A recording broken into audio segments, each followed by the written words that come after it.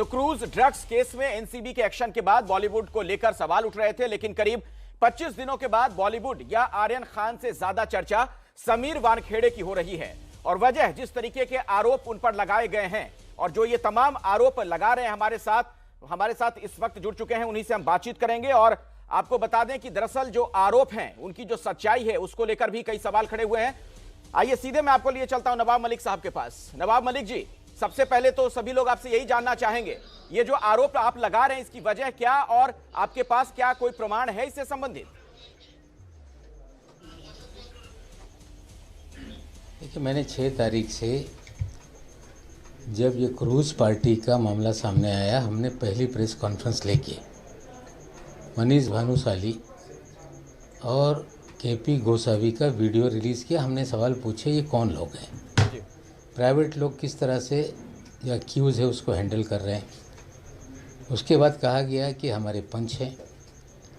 और फिर हमने दूसरी बार जब सवाल खड़ा किए कि आपने 8 लोगों को आरोपी बनाया, 3 लोग गए थे और 3 लोगों को कैसे छोड़ दिया। हमने फ्लेचर पटेल का विषय उठाया, हमने जो मालदीव है वहाँ उगाही का सवाल उठाया। सवाल उठाए जा रहे हैं लेकिन जवाब कुछ नहीं आता। कहा गया कि 9 पंच है, उसमें एक पंच है जो प्रभाकर साई, उसने 2 दिन पहले जिस तरह से खुलासे किए हैं, जो हम आरोप लगा रहे थे उसमें कहीं ना कहीं सच्चाई है। ये बातें अब सामने आने लगी हैं। अब कहा है एनसीबी ने कि इसकी हम जांच करेंगे, जांच शुरू करेंगे, हम स्वागत करते हैं। मेरे पास कुछ अंतर्गत इन्हीं के अधिकारियों की एक चिट्ठी आई कल, उसे भी हमने फॉरवर्ड कर दिया है जो डीजी नारकोटिक्स कंट्रोल ब्यूरो है उनको। उन्होंने भी कहा है कि हम इसकी भी जांच करेंगे। देखिए, हमारी लड़ाई है कि जो फर्जी काम इस शहर में चल रहा है, बेगुनाहों को गलत मुकदमों में गलत तरीके से फ्रेम करके जेलों में रखा गया और एक बड़ा रैकेट इस शहर में उगाही का चल रहा है। लोगों से बड़े पैमाने पे पैसे वसूले जा रहे हैं। और जिस तरह से जो प्रभाकर साई है उसने जिस तरह से कहा कि कुछ चीज़ें तय हुई, पैसा उठाया गया, हमें लगता है जांच होगी तो जो हमने आरोप लगाए हैं वो सारे आरोप कहीं ना कहीं धीरे धीरे सच होते नज़र आ रहे हैं। अच्छा। जो गोसावी है वो इनका करीबी है, बहुत पहले से जानते थे उसको, कैसे इन्होंने पंच बनाया, जो फरार मुजरिम है वो कहाँ भागा हुआ है, बहुत सारे सवाल हैं। हमें लगता है जब जांच होगी तो सारा मामला दूध का दूध पानी का पानी देश के सामने आ जाएगा। ठीक है नवाब मलिक जी, आप एक संवैधानिक पद पर बैठे हुए हैं, आप महाराष्ट्र सरकार के मंत्री हैं। सवाल मेरा यह है कि अगर आपके पास इतने सबूत हैं, इतने प्रमाण हैं, तो ये पूरा मामला आप अदालत में क्यों नहीं ले जाते हैं, बजाय इसके कि एक सरकारी अधिकारी पर इस तरीके के गंभीर आरोप लगा रहे हैं? क्योंकि उनकी पत्नी का कहना है कि यह चरित्र हनन है उनका। किसका? समीर वानखेड़े का। मतलब पत्नी का चरित्र हनन हो रहा है कि वानखेड़े जी का हो रहा है? देखिए, ऐसा है, अगर कोई अधिकारी मंत्री जो अपने आप को पब्लिक सर्वेंट कहता है गलत काम करे तो सभी नागरिकों का अधिकार है कि उसकी गलतियों पे उंगली रखना। वानखेड़े साहब गए थे एनडीपीएस कोर्ट में, उन्होंने एक एफिडेविट किया था कि मुझे रिलीफ दी जाए, ये जो चीज़ें हो रही है उसकी कोई जांच ना हो या मेरे ऊपर कोई कार्रवाई ना हो। कोर्ट ने कह दिया कि हम इस तरह का प्रोटेक्शन नहीं दे सकते। जिस तरह से कमिश्नर साहब को उन्होंने चिट्ठी दी है, जिस तरह से वो अपने ही जाल में, जो मकड़ जाल उन्होंने बुना था उसी में फंसते जा रहे हैं। हमें लगता है चीज़ें धीरे धीरे साफ हो गई। इंतज़ार कीजिए, देश में चीज़ें जब सामने आती है तो कहीं ना कहीं चीज़ें आगे बढ़ती हैं और उसमें से नतीजा आता है, इसमें भी नतीजा आएगा। जी अच्छा, एक बात बताइए नवाब मलिक जी, आपने उनके धर्म को लेकर सवाल खड़े किए, समीर वानखेड़े के धर्म को लेकर, उनके पिता को लेकर आपने ये बातें कही। आज उनके परिवार के तमाम सदस्य मीडिया से मुखातिब हैं, एबीपी न्यूज़ से भी उन लोगों ने बातचीत की। उनका ये साफ तौर पर कहना है कि कोई धर्म परिवर्तन नहीं हुआ है, ये जो दाऊद आप लोग जोड़ रहे हैं बीच में, ऐसा कुछ नहीं है। देखिए, हमने एक उनका जो जन्म का प्रमाण पत्र है वो सोशल मीडिया पे हमने डाला है, जिसमें सीधे दाऊद वानखेड़े उनका नाम है। 1975 में उस शहर में आए, उन्होंने एक महिला से निकाह किया, उससे 2 बच्चे हुए, पहली बच्ची और दूसरा बच्चा। उस बच्चे का हमने जन्म पत्र जारी किया है, उसमें सीधे सीधे लिखा है, बाद में टेम्पर किया गया है।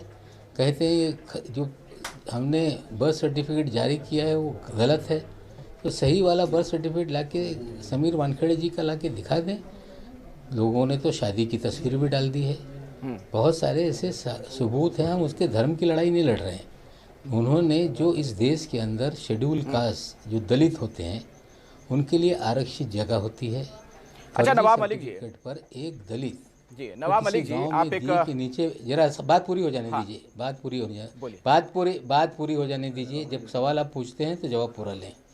अगर कोई गरीब का हक उन्होंने छीना है उस पर हम सवाल उठा रहे हैं। अगर कहते हैं हमारा कुछ गलत नहीं है तो जो भी फोरम है वहाँ चीज़ें जल्द ही कंप्लेंट होगी, जांच होगी। और हम पूरा विश्वास से कहते हैं कि इनका फर्जी ये सर्टिफिकेट है, रद्द होगा, नौकरी जाएगी और उसमें बहुत सारी कार्रवाई के प्रावधान कानून में है। नहीं, आप जो बात कह रहे हैं उससे तो पूरा सिस्टम और सवालों के घेरे में आ जाएगा। यूपीएससी की परीक्षा उन्होंने पास की है, आईआरएस अधिकारी हैं, बाकायदा वहां पर ये सारी जांच पड़ताल के बाद ही जो नौकरी मिलती है वहां पर जाति प्रमाण पत्र उन्होंने जमा किया होगा, सारी चीजें होंगी। मतलब आप ये कह रहे हैं कि इस लेवल पर धांधली चल रही है यूपीएससी में? नहीं, देखिए ये यूपीएससी का नहीं, आपको बता दें महाराष्ट्र में भी इस तरह से फर्जी सर्टिफिकेट लेके लोगों ने बहुत सारे फ़ायदे उठाए थे। महाराष्ट्र में एक कानून बना कि महाराष्ट्र में जो सर्टिफिकेट जारी होगा उसका कोई लाभ लिया जाएगा तो एक हमारे यहाँ एक उसकी वैलिडिटी एक कमेटी कोर्ट ने आदेश दिया है। उस कमेटी के तहत वैलिड है कि नहीं ये जांच सभी सर्टिफिकेट की होती है।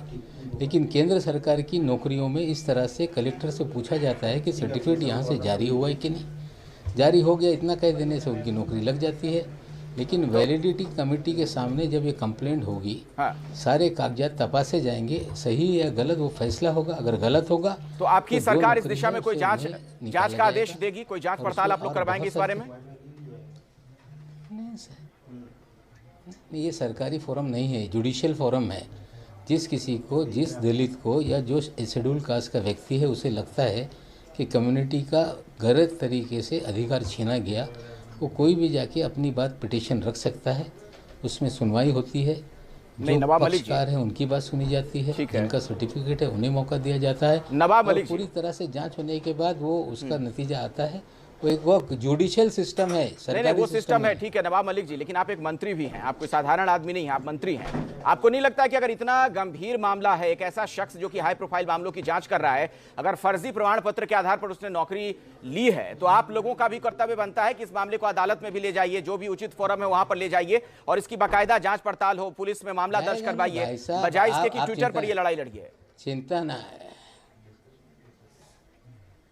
ऐसा है। देखिए जो भी फोरम है वहाँ बहुत सारे दलित संगठन जाने वाले हैं, दसों लोग वहाँ पे जाकर कंप्लेंट करने वाले, प्रोसेस होगा।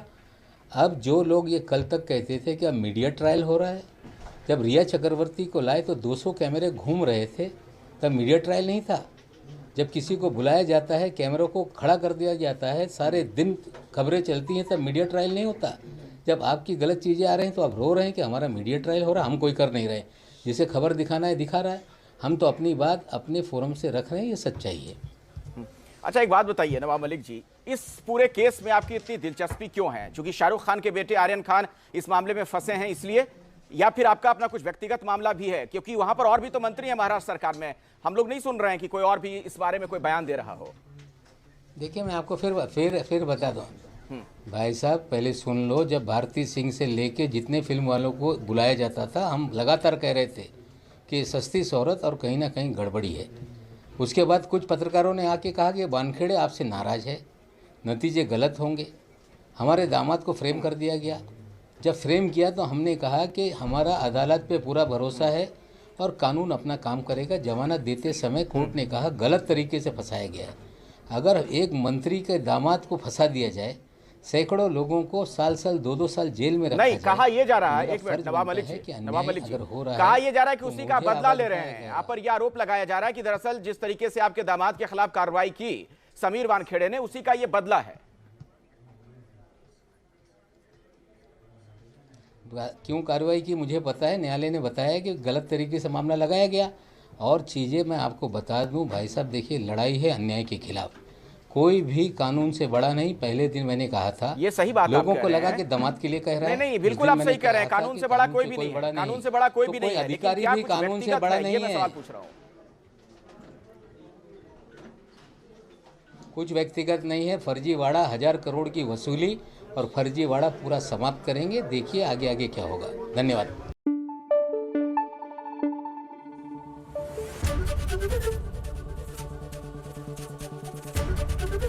एबीपी न्यूज आपको रखे आगे।